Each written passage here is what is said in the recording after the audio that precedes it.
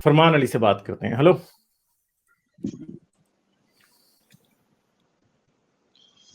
जी, आदाब गालिब भाई, क्या हाल चाल है? हाल है? ठीक, मैं ठीक हूँ भाई, आप कैसे? मैं ठीक ठाक, बस बेहतरीन।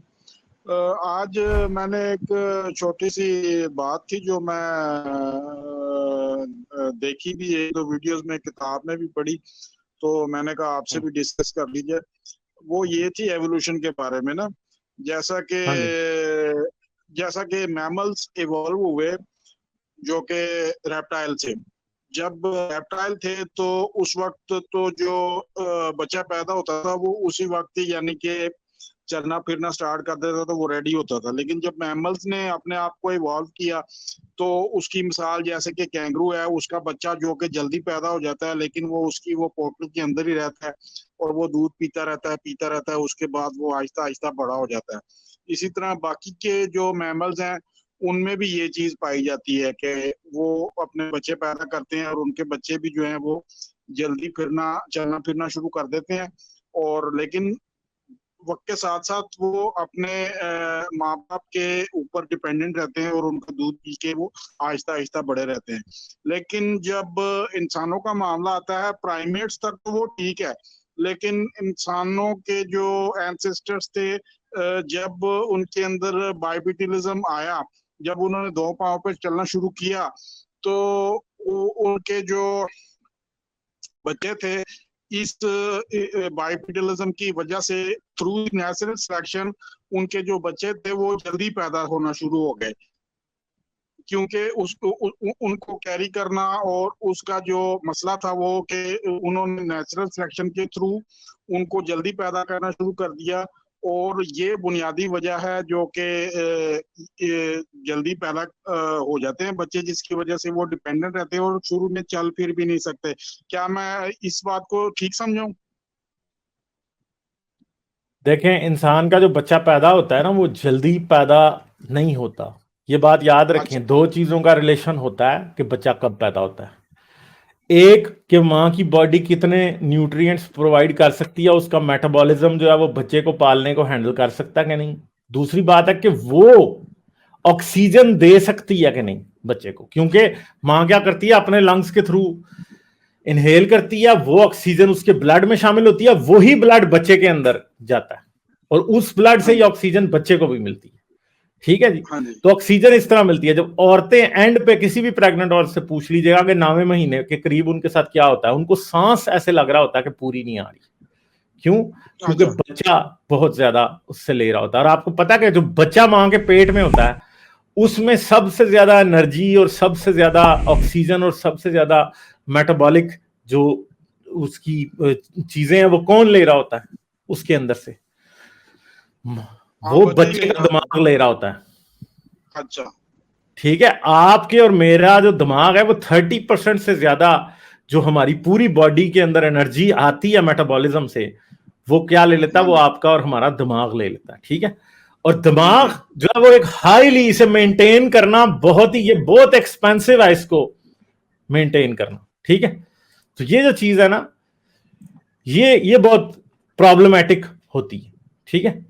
तो ये अब होता क्या है, हर जानदार की मां जो बर्थ देती है ना, उस टाइम देती है जब मेटाबॉलिज्म पूरा करना बच्चे का और उसके लिए ऑक्सीजन पूरी करना उसके लिए नामुमकिन हो जाती है। डॉक्टर एमएचएस आए हैं, ज्यादा बेहतर बता सकते हैं मुझसे।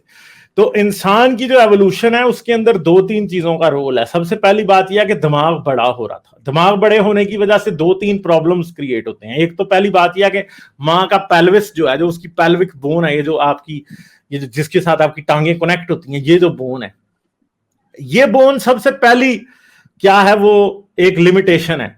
क्योंकि इंसानों के बच्चे का जो सर होता है एज कंपेयर टू किसी दूसरे जानदार के, वो बहुत बड़ा होता है।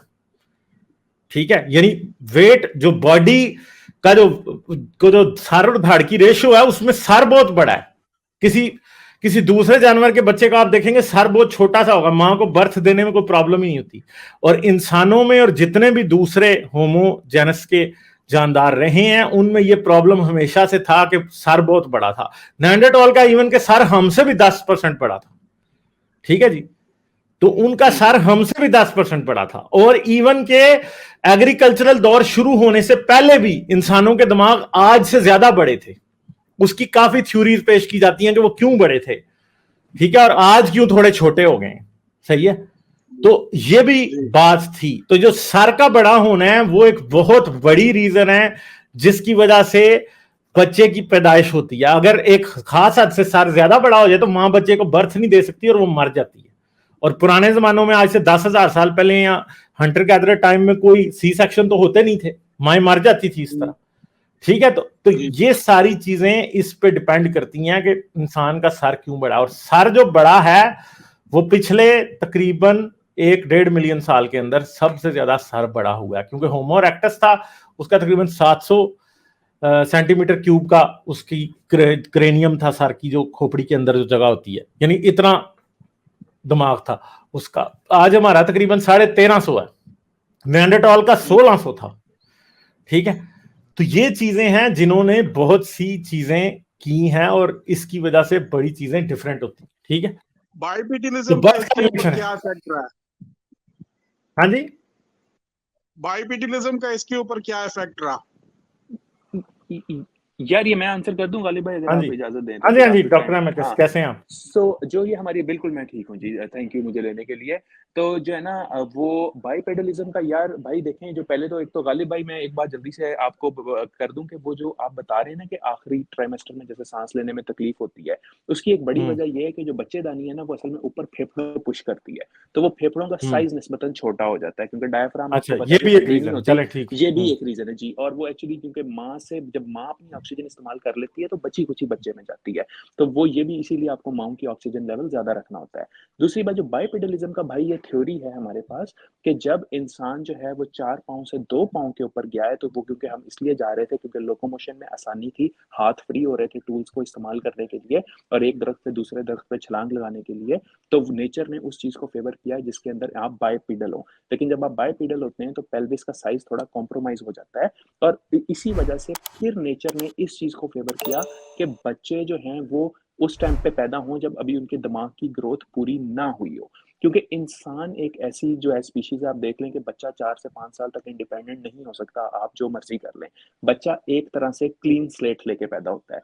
अगर आप उसमें कहें ना क्लोइकल टर्म से, तो 100% क्लीन स्लेट के साथ पैदा होता है।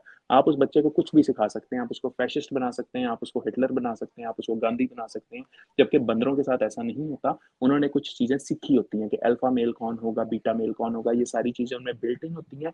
इंसानों में भी बिल्ट इन पाथवेज होते हैं, अच्छे और बुरे वाले, जो कि मैं मोरालिटी पे भी बाद में बात करूंगा। में भी कुछ पाथवेज बिल्ट इन होते हैं इंसानों में, लेकिन ज्यादातर जो पार्ट है वो बाद की डेवलपमेंट के लिए छोड़ दिया जाता है, जिसमें आपके फ्रंटल कॉर्टेक्स की डेवलपमेंट है और आपकी जो ब्रेन की माइलिनेशन है, जिसमें व्हाइट मैटर ऊपर चढ़ता है। ये पीछे से प्रोसेस शुरू होता है स्पाइनल कॉर्ड के लेवल से और फिर आगे प्रोसीड करके आगे तक आता है आपकी फ्रंटल कॉर्टेक्स तक, और ये 25 साल की उम्र में जाके एक्चुअली मुकम्मल होता है। तब तक इंसान का दिमाग कंप्लीटली नहीं बना होता। तो बाइपेडलिज्म का जो है ना वो उसके ऊपर ये ताल्लुक है। दूसरी बात, जो आपने सर के साइज की बात की ना गालिब भाई, वो बिल्कुल दुरुस्त है। और एक्चुअली अब सी सेक्शन की वजह से ही ह्यूमन जो हेड साइज है वो इंक्रीज हो रहा है। पहले क्या होता था कि जिन माओं के सरों के जो बच्चों के सर एक खास लिमिट से बड़े होते थे, वो बच्चे मर जाते थे पैदाइश के उसमें अमल में। तो वो जीन्स फेवर होती थी कि जिसमें खास क्रिटिकल हद से ज्यादा सर ना बढ़े। अगर उससे छोटा होगा तो वो माइक्रोसेफेली नाम की कंडीशन होती है, वो बच्चे जेनेटिकली रिप्रोड्यूस नहीं कर सकते थे, वो भी मर जाते थे। अब हमने आके इस चीज को चेंज कर दिया, हमने पेट काट के बच्चे ने। हेलो एमएचएस, हेलो फरमान, आपको मेरी आवाज आ रही है? जी मुझे आ रही है आपकी आवाज। मेरे ख्याल डॉक्टर एमएचएस ड्रॉप हो गए हैं। हाँ सॉरी, मैं ड्रॉप हो गया था, सॉरी मैं ड्रॉप हो गया था। अब आ रही है आवाज? तो हाँ, तो हाँ जी, आ रही है, आ रही है। आजकल की जो वो है, जो लोग इसीलिए सी सेक्शन ज्यादा करते हैं क्योंकि एवरेज सर का साइज बढ़ गया है, क्योंकि हमने 1000 साल से वो बच्चे भी पेट काट के निकाले हुए हैं जो कि अदरवाइज मर जाने थे, और उन्होंने फिर रिप्रोड्यूस किया और बड़े सर वाली जीन्स आगे पहुंचा दी। तो ये इसका आंसर है। हाँ ठीक है, चले सर, बहुत अच्छा आपने एक्सप्लेन किया एमएचएस साहब। मैं लकीली अच्छा हुआ कि आप भी आ गए तो ये सवाल भी क्लियर हो गया। अक्सर दोस्तों के साथ बातचीत होती है एवोल्यूशन के हवाले से, तो उनका पहला सवाल ये होता है कि जो जानवरों के बच्चे हैं वो तो चलना फिरना शुरू कर देते हैं, और जो इंसानों के बच्चे हैं तो वो डिपेंडेंट क्यों रहते हैं और वो चलते फिरते क्यों नहीं है। तो इसके हवाले से भी मैंने कहा चलो ये भी डिस्कस कर लिया जाए। बाकी गालिब उसकी भाई थ्योरी यही अच्छा है। काम जा रहा है। और नीगरा सर का, सर मेरी रिक्वेस्ट पे ही आपने बनाई थी प्लेलिस्ट ना, तो उसके अंदर वीडियोस बड़ी कम है उनके। काफी डिस्कशन मैंने सुने हैं जो कि स्ट्रीमों में पड़े हुए हैं, तो टीनू भाई को हाँ कहें कि यार, उसमें वो ऐड कर असल में दें। हाँ उनको डलवा देते हैं, उनको डाल देते हैं।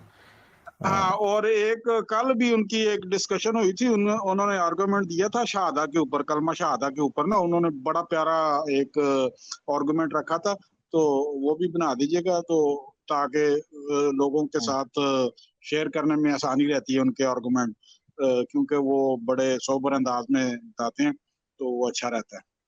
तो बहुत चलें शुक्रिया मुझे ठीक लेने है, का और मौका देने का। चलें ठीक है, बहुत शुक्रिया आपका, थैंक यू। हाँ जी, लाइक शेयर और सब्सक्राइब करना मत भूलें। इसके साथ साथ आप मेरे चैनल को पेट्रियन पर सपोर्ट कर सकते हैं। पेट्रियन का लिंक वीडियो की डिस्क्रिप्शन में है।